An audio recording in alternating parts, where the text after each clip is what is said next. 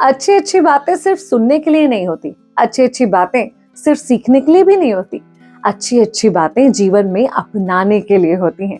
आइए सुनाती हूँ आपको एक किसान की कहानी, जो एक संत को बहुत मानता था, उनका भक्त था, और उसने अपने गांव में उन संत के प्रवचन रखे थे। प्रवचन की सारी तैयारियां हो गई, सारे गांव वालों को बुलाया गया, लेकिन शाम में जब प्रवचन हुए, सारा गांव वहां था, लेकिन जिसने वो प्रवचन रखे थे वो किसान खुद वहां नहीं था।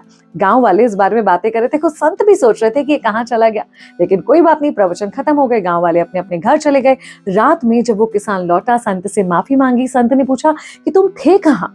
तो बोला कि सारी तैयारियां जब हो गई थी प्रवचन की, उसके बाद मुझे खबर लगी कि मेरा बैल बहुत बीमार है, घरेलू उपचार से ठीक भी नहीं हो रहा है, तो उसे पशु चिकित्सक के पास ले गया।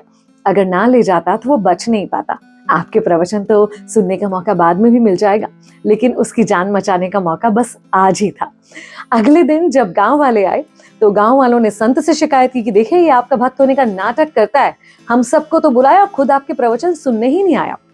तब संत ने ये पूरी कहानी गांव वालों को बताई और उनसे कहा कि वो सही मायनों में मेरा भक्त है, और क्योंकि उसने वक्त पर बैल की जान बचाई, ना कि प्रवचन सुनने आया, उसने ये साबित करा कि उसने मेरे प्रवचनों को बिल्कुल सही तरीके से सुना है।